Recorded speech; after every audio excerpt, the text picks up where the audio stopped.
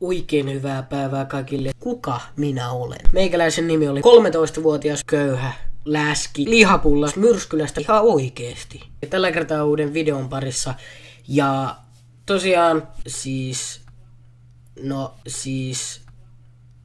mulla on 360 tilaajaa nyt.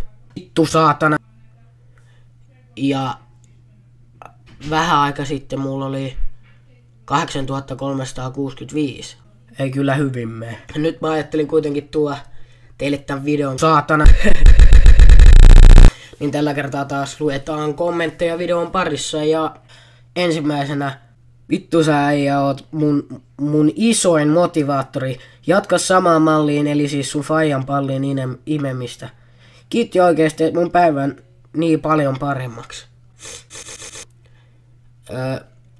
Sä kuvittelet, että mä imisin mun faijan palleja. Mä teen sitä joka päivä. Mä oon ollut aika sairas jätkää. Mun pitäisi tappaa itteni, että niin. Jos nyt sulle vähän aukes paremmin, että kuka minä olen. Jos pidit tästä videosta, muistahan painaa tykkään nappulaa.